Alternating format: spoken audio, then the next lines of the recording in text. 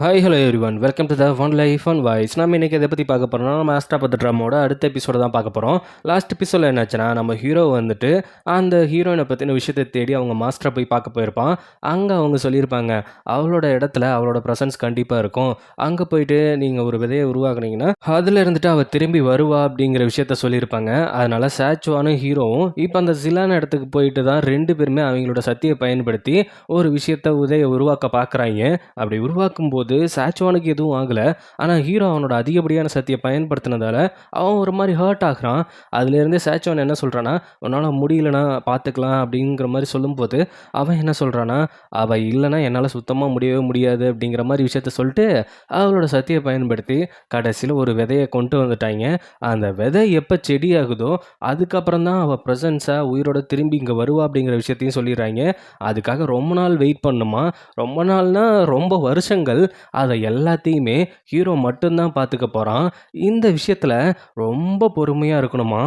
சாச்சுவான் வந்துட்டு அங்கேருந்து கிளம்பிடுறான். ஆனால் ஹீரோ ஒவ்வொரு நாளும் அந்த செடியை வச்சுக்கிட்டு அதில் ஒரு தொட்டியில் வளருமா வளருமான்னு பார்த்துட்ருக்கான். ஃபஸ்ட்டு கொஞ்சம் வளருது. நான் உன்னை ரொம்ப மிஸ் பண்ணுறேன்டி, சீக்கிரம் வந்துடு அப்படிங்கிற மாதிரிலாம் அவன் ஒவ்வொரு காலகட்டம் அப்படி கடக்கும் போதும் அந்த செடி தொட்டியை வச்சுக்கிட்டே கடந்துட்டுருக்கான். இப்படியே அவனோட லைஃப் அப்படியே போயிட்டுருக்குது. கடைசியில் ஹீரோயின் வருவாளா மாட்டாளா அப்படிங்கிற கட்டத்தில் ரொம்ப வருஷங்கள் தாண்டிடுது. ஒவ்வொரு செடியும் அதுக்கப்புறம் ஒவ்வொரு இலையாக மாறுது, அப்புறம் ஒரு செடியாக மாறுது. லைட்டாக கொஞ்சம் கொஞ்சமாக தான் வளருது. அவன் வளர வளர அவள் எப்போ வருவாளோ அப்படிங்கிற மாதிரி வெயிட் பண்ணிகிட்டு இருக்கான். அதே நேரத்தில் ஹீரோயின் வந்துட்டு ஒரு இடத்துல கண் முழிக்கிறா. அந்த ஆமை இருந்ததில் அந்த இடத்துல தான் கண் முழிக்கிறா. என்ன எல்லா உண்மையும் தெரிஞ்சுக்கிட்டு இப்போவாது உனக்கான விதியை தெரிஞ்சுக்கிட்டு வந்தியா? எனக்கு நல்லாவே புரியுது. நான் என்ன தான் ட்ரை பண்ணாலும் இந்த காதல் இந்த வலி எனக்கு வலியை தான் கொடுக்கும் அப்படிங்கிறது எனக்கு நல்லாவே புரிஞ்சு போச்சு. என்னோட வேலையை நான் முடிக்கல அப்படிங்கிறது எனக்கு நல்லாவே தெரியுது. அதனால என்னோட விதி எப்படி இருக்கணுமோ அதுபடி இப்போ இருக்க போகிற பிறப்பில் இருக்க போகிறேன்.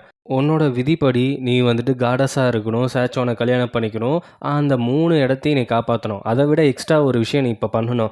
3 இனமுமே ஒரே இதாக பார்க்க மாட்டேங்கிறாங்க. ஆனால் நீ பார்க்கணும், யாரையும் எதிரியாக பார்க்கக்கூடாது. அந்த ஒரு விஷயம் மட்டும் உன்னோட மண்டைக்குள்ளே புகுத்தி உன்னோட அப்பா அம்மா ஞாபகங்கள், உங்கள் கிளான் இருந்த இடம், இந்த விஷயம் மட்டும்தான் உனக்கு ஞாபகம் இருக்கும். நீ மறுபடியும் பிறப்பெடுக்கிறப்ப வேறு எந்த விஷயமும் உனக்கு ஞாபகம் இருக்காது. நீ போகிற வேலை இன்னும் அந்த தீய சக்தி அழியலை. அது மட்டும் இல்லாமல் எல்லாமே அடிச்சுக்கிட்டு தான் கிடக்குறாங்க. அதை போய் நீ சரி பண்ணணும் அப்படிங்கிற மாதிரி சொல்லி ஹீரோயினை மறுபடியும் பிறக்க வைக்கிறாங்க. பிறக்க வைக்கிறவன் அந்த செடி வந்துட்டு உருவமாகி நம்ம ஹீரோயினை அழகாக வந்து நிற்கிறா. இதை தூரத்துலேருந்து ஹீரோ ஃபீல் பண்ணிட்டு ஓடி வந்து அப்படியே ஹீரோயினை பார்த்துட்டு அர்ச்சிட் அப்படின்ட்டு பக்கத்தில் போகும்போது அடிச்சு தூக்கி எரிஞ்சிடுறா. நீ என்ன இருந்தாலும் எனக்கு ஒரு ஸ்ட்ரேஞ்சர் தான், எப்படி நீ என் கிட்ட வரலாம் அப்படின்னு சொல்கிறாங்க. என்னடா இது, என்ன ஞாபகம் இல்லையா, நான் தான் அப்படிங்கிற மாதிரி சொல்லும்போது அவள் அதெல்லாம் காதலியே வாங்கிக்காம அவள் பாட்டுக்கு போயிட்டே இருக்கா. உனக்கு எதுவும் ஞாபகம் இல்லையா, நம்ம ரெண்டு பேரும் ஒன்றா இருந்தோமே அப்படிங்கிற மாதிரிலாம் சொல்லிட்டு இருக்கும்போது இவன் என்னதான் சொன்னாலும் அவள் காதலியே வாங்கிக்க மாட்டேங்கிறா. அவனும் புரிய வைக்க உள்ளே போகலான்னு நினைக்கிறான் அந்த வீட்டுக்குள்ளே. அவன் உடனே ஒரு ஷீல்டை மாதிரி உருவாக்கி நீ என்ன இருந்தாலும் ஸ்ட்ரேஞ்சர் அப்படிங்கிற மாதிரி சொல்லிட்டு போனதுக்கப்புறம் அவன் அப்படியே மனசே உடஞ்சிடுறான். என்னடா இவன் இப்படி சொல்கிறானே அப்படின்ட்டு அங்கே கட் பண்ணி சிடிகளை தான் காமிக்கிறாங்க. அவங்க வால் பயிற்சி எடுத்துகிட்டு இருக்கும்போது அங்கே 2 பறவைகள் பறந்து போகுது. இவங்க ஏதோ ஒரு தீய சக்தியால் அட்டாக் ஆன மாதிரி அந்த 2 பறவைகளையும் வெட்டி தள்ளுறாங்க. அதுக்கப்புறம் இங்கே தான் காமிக்கிறாங்க, தனியாக உட்காந்து ஹீரோ ஃபீல் பண்ணிகிட்டு இருக்கான். என்னடா யாருன்னு கேட்டா நம்மள அப்படிங்கிற மாதிரி அந்த இடத்துக்கு டிராகன் வரும்போது எல்லா உண்மையும் சொல்கிறான். அவள் என்னை யாருன்னு கேட்குறா, அவள் புது ஆளாக வந்திருக்காளோ அப்படிங்கிற மாதிரி எனக்கு தோணுது. அவளை எப்படியாவது பழைய இடத்துக்கு கூப்பிட்டு போயிட்டு அந்த இடத்துல அவளோட ஞாபகம் வருதா அப்படிங்கிற மாதிரி நம்ம வேணால் அழைச்சிட்டு போய் பார்ப்போம் அப்படிங்கிற மாதிரி டிராகன் சொல்லும்போது அந்த மாதிரி இடத்துக்கு அழைச்சிட்டு போகிறாங்க. ஏற்கனவே நம்ம ஹீரோயின் இருந்த இடத்துக்கெல்லாம் அங்கெல்லாம் இருக்கிறப்ப பார்க்கும்போது அவளுக்கு எந்த ஒரு ஞாபகமும் வரல. அவள் ஒரு காடஸ், அவளோட வேலைக்காக மட்டும்தான் வந்திருக்கா அப்படிங்கிற விஷயம் மட்டும்தான் அவளோட மைண்டில் இருக்குது. இது எல்லாமே சொல்றியே, நீ யாரு அப்படிங்கிற மாதிரி கேட்கும்போது ஹீரோ ஒரு பொய்யை சொல்ல ஆரம்பிச்சிடுறான். நானும் இம்மார்ட்டல் கிளானை சேர்ந்தவன் தான், உங்களுக்கு வேலைக்காரனாக இருந்தேன் அப்படிங்கிற ஒரு பொய்யை சொல்ல அவள் கரெக்டாக கண்டுபிடிச்சிட்றா. என்கிட்ட நீ பொய் சொல்கிற அப்படிங்கிறது எனக்கு நல்லாவே தெரியும். நான் வந்து இப்போது காடஸ், என்னோட பவரே வந்துட்டு 3 இனத்தவங்களையும் என்னால் கண்டுகொள்ள முடியும். உன் மேலே வந்துட்டு டெவில் ஸ்பிரிட்டோட அந்த இது வருது அப்படிங்கிறது எனக்கு நல்லாவே தெரியும். ஆனால் நான் எல்லாத்தையும் ஒரு மனதாக பார்க்குறேங்கிறதால உன்னை நான் சும்மா விடுறேன். நீ இருந்தது இருந்துட்டு போ, ஒன்றும் பிரச்சனை இல்லை அப்படின்னு சொல்லும்போது அப்பாடா தப்பிச்சோம் அப்படிங்கிற மாதிரி தான் நினச்சிட்டு இருக்கான். அதுக்கப்புறம் என்ன ஆகுதுன்னா, அவளுக்கு புடிச்ச அந்த ஃப்ளவர் கேக்கு, சூப்பு, அதுக்கப்புறம் வந்துட்டு எப்பவும் மார்னிங் கலெக்ட் பண்ற அந்த பனியில இருந்து வர வாட்டரு எல்லாத்தையும் எடுத்துட்டு போயிட்டு நம்ம ஹீரோயின் குடுக்கும்போது, இதெல்லாம் எனக்கு தேவையே இல்லாத ஒரு விஷயம். இதெல்லாம் நீ எதுக்கு பண்ணிட்டு இருக்க? அது மட்டும் இல்லாம, முன் ஜென்மத்தில நான் எப்படி இருந்தேன் அப்படிங்கிறதெல்லாம் எனக்கு சுத்தமா தெரியவே தெரியாது. நீ வேற ஏதோ ட்ரை பண்ணிட்டு இருக்க அப்படிங்கிறது எனக்கு நல்லாவே புரியுது. அதெல்லாம் வந்துட்டு இனிமேல் செல்லுபடியாகாது. நான் என் வேலைய பார்த்துட்டு சும்மா இருக்கேன். நீ உன் வேலைய பார்த்துட்டு சும்மா இருந்தாவே போதும். தேவையில்லாம என்ன வந்து பிரச்சனை பண்ணிட்டு இருந்தீன்னா, அப்புறம் நான் மறுபடியும் சக்திய பயன்படுத்தி உன்ன அட்டாக் பண்ணிடுவேன். ஹீரோக்கா செம்ம காண்டாகுது. இவளுக்கு எப்படிதான் திருப்பி ஞாபகம் வர வைக்க போறோமோ அப்படின்னு நினைச்சு மண்டைய போட்டு உடைச்சிட்டு வந்திருக்கான். அதுக்கப்புறம் அந்த கார்டன்ல இருக்கிற ஃப்ளவர்ஸ்லாம் கவுண்ட் பண்ணி சொல்லும்போது, "இதெல்லாம் எதுக்கு நீ எண்ணி சொல்லிட்டு இருக்க?" "இல்ல இங்க இருக்கிற பூவெல்லாம் எண்ணி சொன்னா உனக்கு ரொம்ப பிடிக்கும் அப்படிங்கிறதுக்காக தான் எண்ணி சொல்லிட்டு இருக்கேன். இதுதான் தேவையில்லாத வேலை. யார் இப்படி ஒரு முட்டாள்தனமான வேலைய பண்ணுவா?" அப்படிங்கிற மாரி சொன்னோனே, "அந்த வேலைய பண்ண சொன்னதே நீ தான். இப்ப நீ மறுஜென்மம் எடுத்து வந்துட்டு என்ன முட்டாள்ன்னு சொல்றியா? எல்லாம் என் நேரம். காதலுக்காக என்னெல்லாம் பண்ண வேண்டிட்டு இருக்கு." அப்படின்ட்டு மண்டைய போட்டு உடைச்சுட்டு டிராகன் பயப்புள்ளைகிட்ட தான் போய் புலம்பிட்டு இருக்கான். இதுக்கு ஒரே வழி, அவளுக்கு சன்ரைஸ்னா ரொம்ப புடிக்கும்ல. அந்த சன்ரைஸ கொண்டோய் காட்டுனா, மறுபடியும் பழசு ஞாபகம் வருமோ அப்படிங்கிற மாரி நெனச்சுக்கிட்டு, அடுத்த நாள் காலங்காத்தாலேயே ஒரு 5 மணிக்கே போயிட்டு, ஹீரோயின போய் கூப்பிட்டுட்டு இருக்கான். ஆனா, அவ எழுந்திரிக்கவும் இல்ல, எந்த ஒரு சத்தமும் இல்ல அப்படின்னோனே, அங்க வந்துட்டு கதவ ஓப்பன் பண்ணலாமா, வேணாமா அப்படின்னு பார்த்துட்டு இருக்கிற நேரத்தில, கரெக்ட்டா நம்ப ஹீரோயின் வந்துட்டு, என்ன வேவு பார்த்துட்டு இருக்க? அதெல்லாம் ஒண்ணும் இல்ல. இந்த மாரி சன்ரைஸ் பார்க்கறதுக்காக நார்த் சைடு கூட்டு போலான்னு நெனச்சேன். ஆனா, அதான் சத்தமே இல்லையா, அதனால தான் ஓப்பன் பண்ணலான்னு நெனச்சேங்கும்போது, நான் எழுந்திரிக்கிறதே 7 மணிக்கு எழுந்திரிக்கிறேன். இதில நீ 5 மணிக்கு என்ன கூட்டு போயிட்டு சன்ரைஸு, இதெல்லாம் செட்டே ஆவாது. தேவையில்லாம எல்லா வேலையும் பண்ணிட்டு இருக்க அப்படின்னு சொல்லும்போது, அவனுக்கு இன்னும் காண்டாகுது. இவளுக்கு எப்படிதான் மறுபடியும் நம்ம ஞாபகம் வைக்க போறோம்? மறுபடியும் இவளுக்கு புரிய வச்சு, ஒண்ணுமே புரியல. மண்டைய போட்டு உடைச்சிட்டு உட்காந்துருக்கிறான். அதுக்கப்புறம் சேஜ்வான் தான் நம்ம ஹீரோயின பார்க்க வரான். ஹீரோயின பார்க்க வந்தது மட்டும் இல்லாம, அவனும் காடஸு, இவனும் காடஸு அப்படிங்கிறதால, அவங்களுக்குள்ள இருக்கிற மேரேஜ் கான்ட்ராக்ட் வந்துட்டு அவங்களுக்கு தெரிய வருது. இத பார்த்துட்டு ஹீரோ ஒரு பக்கம் செம்ம கடுப்பாயிட்டு இருக்கான். அவ வந்துட்டு, "நம்ம 2 பேரும் மேரேஜ் பண்ணிட்டு, இந்த 3 எண்ணத்தையும் காக்கணும்." அப்படிங்கிற மாரி பேசிட்டு இருக்கும்போது, அவனுக்கே ஒண்ணும் புரியல. என்ன போன ஜென்மத்தில வந்துட்டு இவ ஒரு மாரி இருந்தா, இந்த ஜென்மத்தில வந்துட்டு ரொம்ப ரகாடா இருக்காளே அப்படிங்கிற மாரி யோசிச்சுட்டு இருக்கும்போது, ஹீரோ கிட்ட போய் பேசும்போது தான் தெரியுது, அவளுக்கு எல்லாமே மறந்து போச்சாம். என்ன கூட நெனப்பு இல்ல. மேரேஜ் கான்ட்ராக்ட் பத்திலாம் பேசிட்டு இருக்கா. இங்க பாரு, அவ உயிரோட வந்தது இன்னும் ஹாப்பி தான். ஆனா, அந்த மேரேஜ் விஷயத்த தான் பத்தி பேசாத அப்படிங்கிற மாரி சேச்சுவன்ட்ட நம்ம ஹீரோ சொல்றான். அவனுக்கு இருந்தாலும் உள்ளுக்குள்ள வலி இருந்துகிட்டே இருக்குது. அங்க கட் பண்ணி நம்ம சீரிகளையும் டைலான் தான் காமிக்கிறாய்ங்க. டைலானுக்கு வந்துட்டு சீரிகல்னா ரொம்ப புடிக்கும். அவங்க மறுபடியும் உயிரோட வந்ததுல ரொம்ப சந்தோஷம். உங்களுக்கு நான் அசிஸ்டன்ட்டா இருக்கணும்னு ஆசைப்படுறேன் அப்படிங்கிற மாரி போயிட்டு ரெக்வெஸ்ட்டா கேட்டுட்டு இருக்கா. அப்படி ரெக்வெஸ்ட்டா கேட்டுட்டு இருக்கும்போது, அவங்கள வந்துட்டு அந்த தீய சக்தி கண்ட்ரோல் பண்ணி, சதக்குன்னு கத்தி எடுத்துட்டு அவ கழுத்த வெட்டுற மாரி காமிக்கிறாய்ங்க. அதுக்கப்புறம் பார்த்தா தான் அது உண்மை கிடையாது. அவங்களோட இல்யூஷன் அது மட்டும் இல்லாம இந்த தீய சக்தி கண்ட்ரோல் பண்றதால தான் அப்படி அவங்களுக்கு தோணுது. அவங்க ஒரு மாரி எனக்கு உடம்பு சரியில்ல. நீ இங்கேருந்து கிளம்பு அப்படிங்கிற மாரி ஒரு மாரி நடந்துக்கிறாங்க. அவங்களுக்கு வந்துட்டு மென்டலா ஏதோ ப்ராப்ளம் உண்டாக்குற மாரி அந்த தீய சக்தி ஏதோ பண்ணிட்டு இருக்கான். அந்த நேரத்தில அங்க ஏதோ சத்தம் வந்துச்சே அப்படின்ட்டு அங்க இம்மோர்டல் காட்ஸ்லாம் வர, அவங்க எல்லாத்தையும் வெட்டி போட்டு, அவங்க என்ன பண்றாங்க அப்படிங்கிறது அவங்களுக்கே தெரியாத அளவுக்கு அவங்க செஞ்சுட்டு இருக்காங்க. அப்போதான் தெரியுது, அவங்க மைண்ட வந்துட்டு அந்த தீய சக்தி கண்ட்ரோல்ல எடுத்துட்டு, "நீ எப்படி மறுபடியும் வந்த? உன்ன நான் மறுபடியும் அழிப்பேன்." அப்படிங்கிற மாரி அவங்க சொல்லிட்டு இருக்காங்க. ஆனா, அந்த தீய சக்தி என்ன சொல்லுதுன்னா, "எனக்கு உருவமே கிடையாது. என்ன அழிக்கணும் அழிக்கணும்னு நெனச்சு 1,00,000 வருஷமா நீங்க தோத்து போயிட்டு தான் இருக்கீங்க. உருவம் இருந்தா மட்டும் தான் என்ன அழிக்க முடியும். அப்படி நீ எந்த உருவத்தில வந்து என்ன அழிச்சாலும், நான் திரும்பி திரும்பி வந்துகிட்டே தான் இருப்பேன். இல்ல நான் கண்டிப்பா அழிப்பேன். எப்படி நீ அழிக்க முடியும்? உன்னால தான் நான் வெளியிலவே வந்தேன். அது உனக்கு தெரியுமா?" அப்படிங்கிற மாரி அப்ப இத சொல்லி தான் நீ மாஸ்க் மேன ஏமாத்துனியா? அவன் ஒரு முட்டாள். அவன் வந்துட்டு உன்ன காப்பாத்தணும் அப்படிங்கிற ஒரு விஷயத்துக்காக, என்ன வேணாலும் பண்ணுவேன் அப்படிங்கிற மாரி சொல்லிட்டு இருந்தான். அதுக்காக என்ன நான் வெளியில கொண்டு வரதுக்காக நான் யூஸ் பண்ணிக்கிட்டேன் அவன அப்படின்னு சொல்லும்போது, அவிங்களுக்கு இப்ப தான் புரிய வருது. தன்னோட கண்ட்ரோல் தான் கையில இல்ல. இவன் கண்ட்ரோல் பண்ணிட்டு இருக்கான் அப்படிங்கிறது. அவங்க கத்தி கதற ஆரம்பிச்சுடுறாங்க.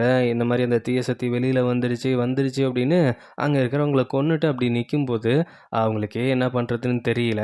அதுக்கப்புறம் சாச்சுவானும் அவங்க அண்ணனும் தான் பேசிட்டு இருந்திருக்காங்க. ஏன்னா சீடிகள் இப்படி மாறுனாங்க அப்படிங்கும்போது, அவன் வந்துட்டு அவங்க சொல்றது உண்மையா கூட இருக்கலாம். அவங்க ஃபோன் வந்துட்டு ப்ரோக் ஆனதுல இருந்துட்டு இந்த மாரி அவங்க தீய சக்தியால ஆட்கொள்ளப்பட்டுருக்காங்க. இப்ப அவங்களுக்கு எதிரா நம்ம என்ன பண்றதுன்னே தெரியல அப்படிங்கிற மாரி யோசிச்சுட்டு இருக்காய்ங்க. அடுத்த நாள் வந்துட்டு எல்லாத்தையும் கூட்டி வச்சுட்டு ஒரு முடிவு எடுக்குறாய்ங்க. என்ன முடிவு எடுக்குறாய்ங்கன்னா, நாம சீடிகள தூக்குல போட்டுறலாம் அப்படிங்கிற விஷயத்த முடிவு எடுக்குறாய்ங்க. ஏன்னா, அதுக்கப்புறம் அவங்கள உயிரோட விட்டா, அவங்க மூலியமா அந்த தீய சக்தி வெளியில வந்துட்டான்னா அது மிகப்பெரிய பிரச்சனையாயிடும். போயிடும் அப்படிங்கிற விஷயத்துக்காக இந்த ஒரு முடிவு எடுத்த உடனே இந்த விஷயம் வந்துட்டு நம்ம பிளாக் லேடி பட்டர்ஃப்ளையாக மாறி போயிட்டு நம்ம மாஸ்க் மேன் இருக்கான்ல அவன்கிட்ட சொன்ன உடனே அவன் செம்ம காண்டாயிடுறான். ஏன்னா, ரொம்ப கஷ்டப்பட்டு அவங்கள உயிரோட கொண்டு வந்திருக்கான். மறுபடியும், மறுபடியும் இந்த மாரி பிரச்சனை பண்ணிட்டு இருக்காய்ங்க. அவைங்க சுயநலத்துக்காக அப்படின்னு தெரிஞ்சதுக்கப்புறம், கட் பண்ணி டைலானையும் அவங்க அப்பாவையும் தான் காமிக்கிறாங்க. அவரு வந்துட்டு பத்திரமா இருக்கணும் அப்படிங்கிற மாரி கொஞ்சம் பாசமா, பரிவா பேசிட்டு போறாரு. எதுக்காகனா, இவன் போயிட்டு அந்த மாஸ்க் மேன காப்பாத்தணும்ல. அதனால என்ன வேணாலும் நடக்கலாம் அப்படிங்கிற மாரி சொல்லிட்டு கிளம்பும்போது, அது மட்டும் இல்லாம நீ ஜூலிய பத்திரமா பார்த்துக்கணும். நீங்க 2 பேருமே என்னோட பொண்ணுங்க தான். ஆனா, அவ வளர்ந்த விதம் வேற, நீ வளர்ந்த விதம் வேற. அவள கொஞ்சம் பத்திரமா பார்த்துக்கணும் அப்படிங்கிற மாரி சொல்லிட்டு, அவரு வந்துட்டு அந்த ஜெயிலுக்கு தான் போறாரு. அங்க போனோனே மாஸ்க் மேனு என்ன ரிலீஸ் பண்ணியே ஆகணும். இல்லன்னா உங்களுக்கு வேற வழி இல்ல அப்படின்னு சொல்லும்போது, என்ன ஒவ்வொரு காலகட்டத்திலயும் நீ என்ன வந்துட்டு வெறுப்பேத்திட்டு இருக்க. வேற வழியே இல்ல அப்படிங்கிற மாரி அவரும் ரிலீஸ் பண்றாரு. ரிலீஸ் பண்ற நேரத்தில கரெக்ட்டா டைலான் வந்தோனே பிளாக் லேடியும் வந்துடுறாய்ங்க. இதுக்கு நான் ஒருபோதும் சம்மதிக்க மாட்டேன் அப்படின்ட்டு அவன் வந்துட்டு அட்டாக் பண்ண வர பிளாக் லேடிக்கும் அவளுக்கும் சரியான சண்டையாக போக, மாஸ்க் மேன் வந்துட்டு ஜெயில விட்டு வெளியில வந்துட்டு, நம்ம டைலானோட அப்பாவ அட்டாக் பண்ணிட்டு, இப்போ 2 பேத்துக்கும் சண்டை நடக்க ஆரம்பிக்குது. உடனே வந்துட்டு கழுத்துல கத்திய வச்சு, அதுவும் நம்ம டைலானோட அப்பா கழுத்துல கத்திய வச்சு, "ஒழுங்கா ரிலீஸ் பண்ணி விடுங்க. யாரும் பிரச்சனை பண்ண வராதீங்க" அப்படின்ட்டு, ஜூலி வந்துட்டு இவங்களுக்கு எதிரா வந்து நிக்கிறா. அவ டைலான் கத்து கத்துன்னு கத்துறா. "அப்பவே சொன்னேன் இவள நம்பாதீங்க" அப்படின்னு. ஒழுங்கா, "இப்போ உனக்கு 2 சான்ஸ் தரேன். நீ ஒண்ணு வந்துட்டு உங்க அப்பாவ காப்பாத்தணும். இல்ல வந்துட்டு உன் தங்கச்சிய காப்பாத்தணும். நீ யார காப்பாத்துவ?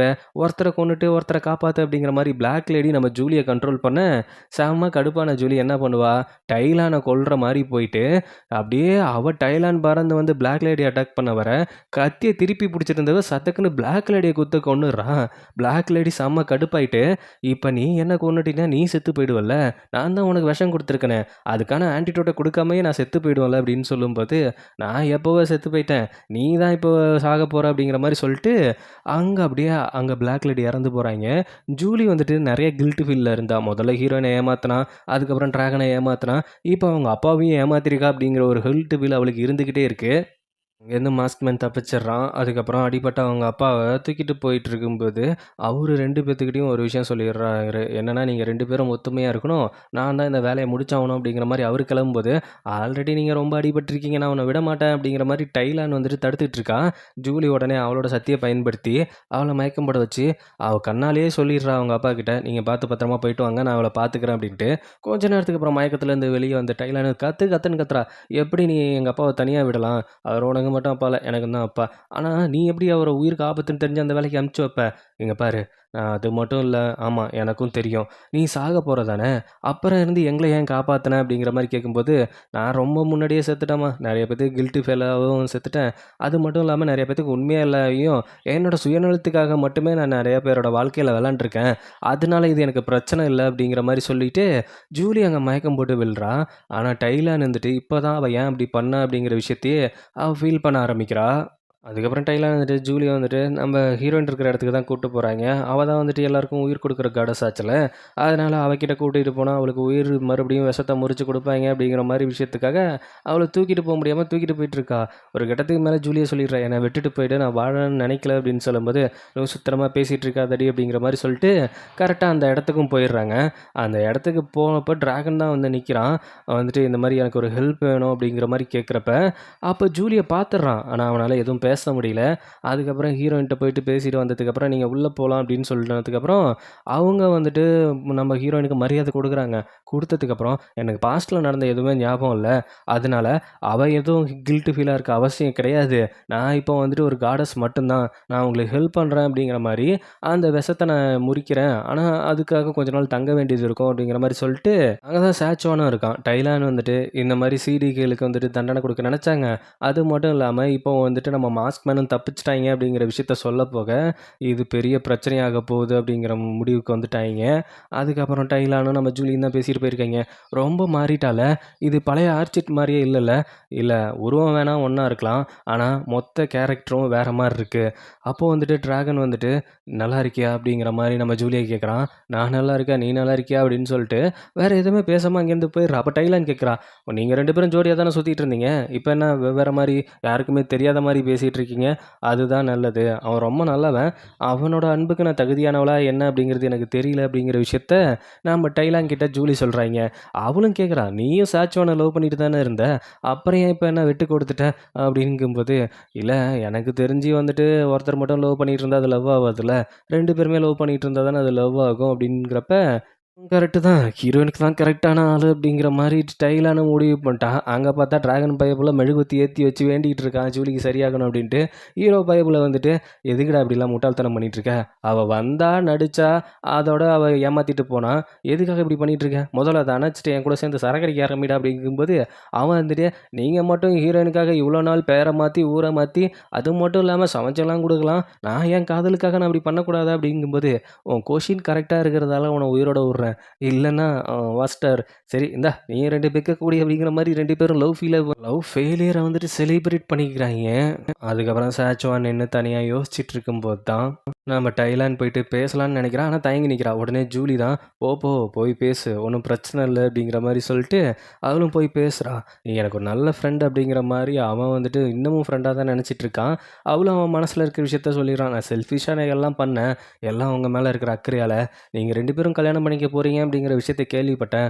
உங்களுக்கு கரெக்ட்டான மேட்ச் அவ தான் அப்படிங்கிற விஷயத்த இவங்க 2 பேரும் பேசிட்டு இருக்கிறத, நம்ம வந்துட்டு நம்ம ஹீரோ கேட்டுர்றான்.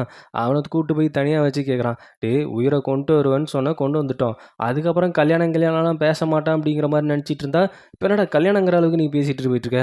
எப்பா நானாப்பா பேசுறேன். அவ தான் கல்யாணம் பண்ணிக்கணும், கடமைய முடிக்கணும் அப்படிங்கிற மாரி பேசிட்டு இருக்கா. அது எப்புட்றா? நான் என்ன பண்ண முடியும்?" அப்படிங்கிற மாரி அவனும் முழிச்சிட்டு இருக்கான். அந்த நேரத்தில ஹீரோயின் வந்துட்டு அவைங்கள வந்துட்டு சாச்சோன வந்துட்டு, "வா இங்கலாம் வெட்டியா பேசிட்டு இருக்க வேணாம்" அப்படின்ட்டு கூட்டிட்டு போயிடுறாய்ங்க. ஹீரோ வந்துட்டு ரொம்ப உடைஞ்சிடுறான். இவ்வளோ நாள் வெயிட் பண்ணி அவள உயிரோட கொண்டு வந்தது நானு. அவ என்னமோ எழுதப்பட்ட விதிய நிறைவேத்தி ஆவணும் அப்படின்னு சொல்லிட்டு, அவன கல்யாணம் பண்ணிட்டு போறேங்கிறா அப்படிங்கிற மாரி அவன் உடைஞ்சு போய் நின்னுட்டுருக்க, அதே நேரம் தப்பிச்ச நம்ம மாஸ்க் மேன் இருந்துட்டு, அங்க போயிட்டுருக்க மக்கள பார்த்துட்டு ஏதோ வில்லத்தனமா சிரிக்கிறான். இதோட இந்த எபிசோட் முடியுது. இதுக்கப்புறம் என்ன ஆக போகுதுங்கிறத நம்ம அடுத்தடுத்த எபிசோட்ல பார்க்கலாம். இந்த எபிசோட்லயே நான் 2 எபிசோட மிங்கிள் பண்ணி நான் பேசியிருக்கேன். என்னோட வீடியோ உங்களுக்கு புடிச்சிருந்தா லைக் பண்ணுங்க, ஷேர் பண்ணுங்க, சப்ஸ்கிரைப் பண்ணுங்க. நோட்டிஃபிகேஷன் பெல் பட்டன மறக்காம கிளிக் பண்ணுங்க.